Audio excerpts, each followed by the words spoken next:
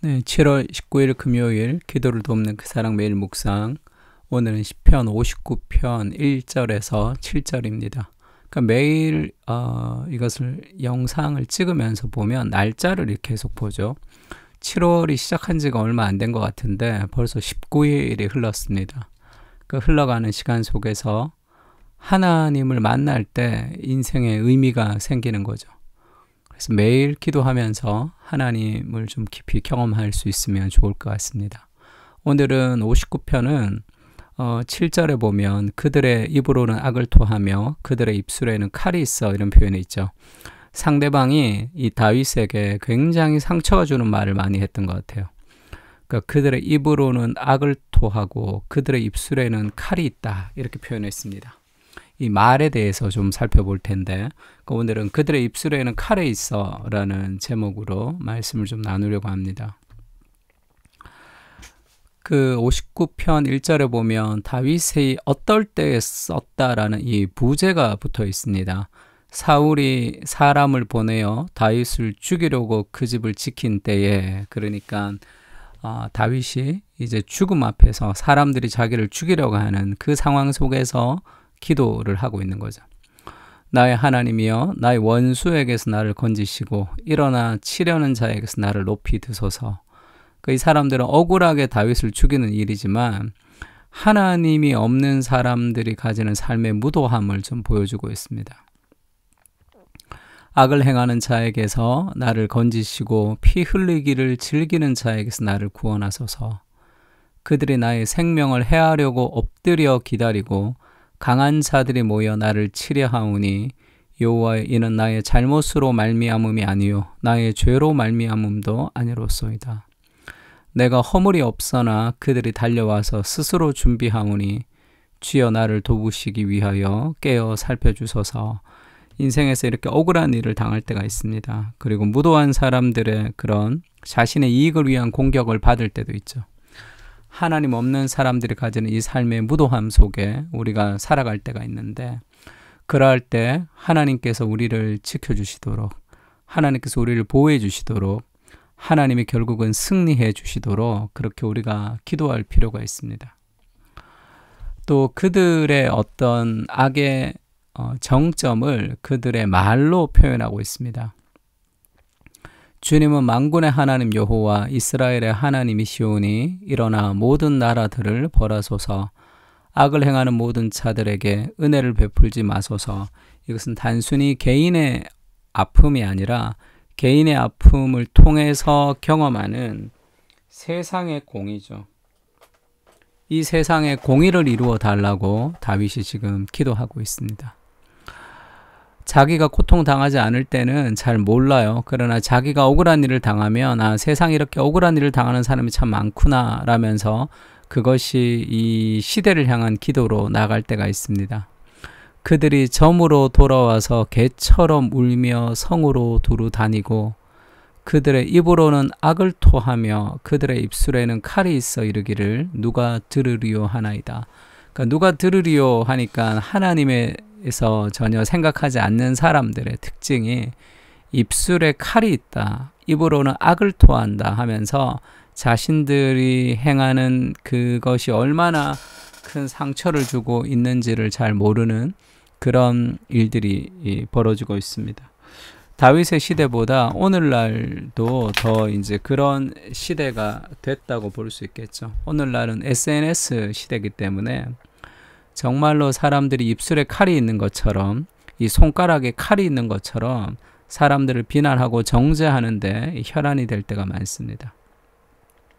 우리가 예전에는 편지를 썼으니까 편지는 손으로 쓰고 생각하고 붙이고 하지만 요즘에는 댓글, 이메일 같은 것은 그냥 한 번에 쓰죠. 카톡도 마찬가지입니다. 그래서 무언가 부정적인 감정을 카톡이나 그 다음에 이메일이나 댓글 같은 거를 썼다가 후회하는 사람들이 많아요. 그것이 오늘날 우리 시대가 가지는 그런 경박함, 아주 피상성입니다. 그래서 그 대화를 잃어버린 사람들이라는 테리 셔클의 책을 보면 SNS의 글을 통해서는 사람의 갈등을 해결할 수 없다고 얘기하죠. 갈등은 얼굴과 얼굴을 맞대면서 대면을 통해서 대화를 통해서만 갈등을 해결할 수 있다 이렇게 얘기합니다. 그래서 오늘날은 더 강력하게 서로를 무시하고 비난하는 익명성 뒤에 숨어서 함부로 말을 하고 함부로 글을 쓰는 그런 표현적 개인주의 시대를 살아가고 있습니다. 이것이 왜 위험하냐 하면 이 모든 것은 사람의 마음으로부터 나오는 거거든요. 마음 속에 있는 여러 가지 불편함과 불만들이 사실 그렇게 터져 나오는 거예요. 우리가 봐야 될 것은 우리도 마음 속에 그런 악이 가득한 존재라는 거예요. 우리도 그 마음 가득한 곳에서 말하고 글을 쓰는 존재들입니다. 그래서 마음에 가득한 것을 입술로 말한다. 선한 사람은 그 쌓은 선에서 선한 것을 내고 악한 사람은 그 쌓은 악에서 악을 낸다. 그러니까 실수입니다. 말 실수했습니다. 라고 얘기하는 것은 사실 어떤 의미에서 말 실수가 아니라 그 마음 깊은 곳에 있는 마음에 쌓였던 무엇이 그렇게 터져 나오는 거죠. 그러니까 말을 너무 함부로 하는 시대에서 우리는 말을 조심할 필요가 있습니다. 야고보서도 선생된 우리가 더 큰 심판을 받을 줄 알고 선생이 많이 되지 말라. 왜 선생이 많이 되지 말라 그러면 선생이 말을 많이 해야 되잖아요. 우리가 다 실수가 많으니 만일 말에 실수가 없는 자라면 곧 온전한 사람이라 능히 온몸도 굴레 씌우리라. 우리가 말들의 입에 재갈 물리는 것은 우리에게 순종하게 하려고 그 온몸을 제어하는 것이라. 그러니까 말을 통제할 수 있는 사람이 없다는 거예요. 이 마음을 통제할 수 없기 때문에 그렇습니다.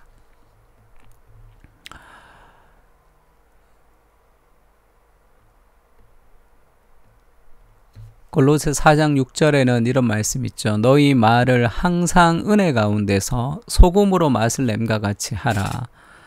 그리하면 각 사람에게 마땅히 대답할 것을 알리라.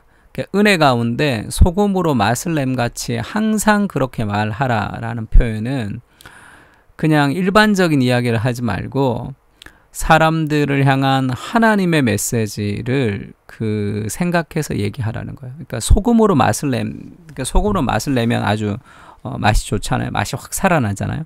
그러니까 은혜가 묻어 있는 말 외에는 하지 마라 이 말입니다. 항상 은혜 가운데 소금으로 맛을 내야 된다.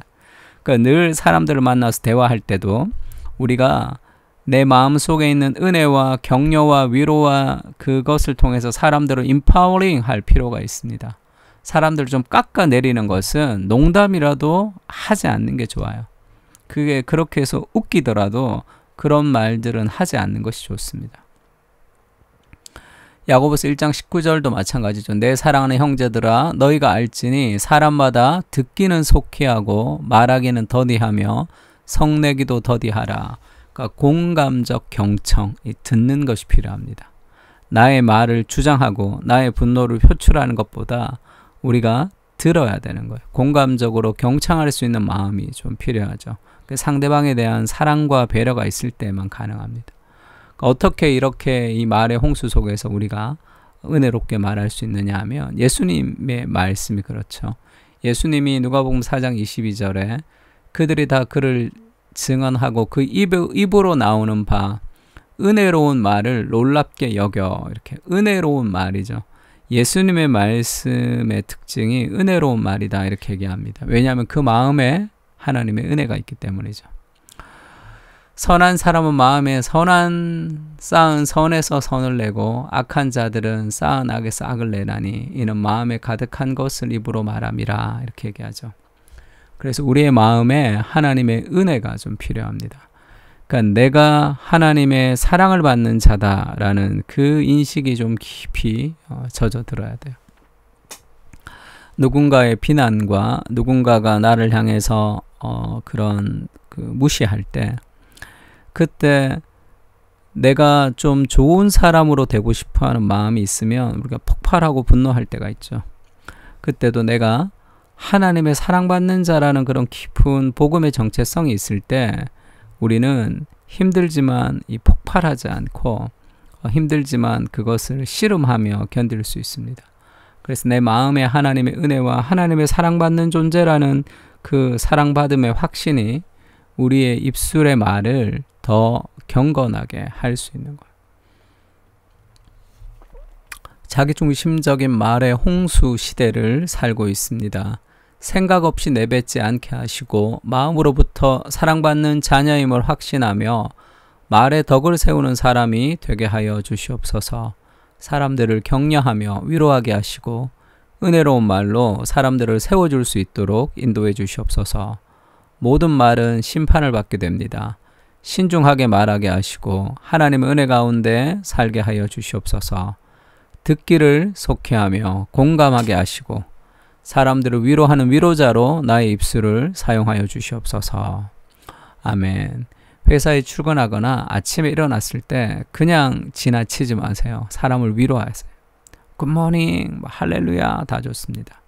내가 만나는 모든 사람들을 그들이 내 삶의 기쁨이고 그 안에 있는 하나님의 형상을 내가 기뻐한다는 그것들을 좀 표현해 주세요. 그렇게 우리의 모든 말들 속에 하나님의 은혜가 함께 있는 그런 삶을 살았으면 좋겠습니다. 다 같이 시편을 가지고 기도하겠습니다.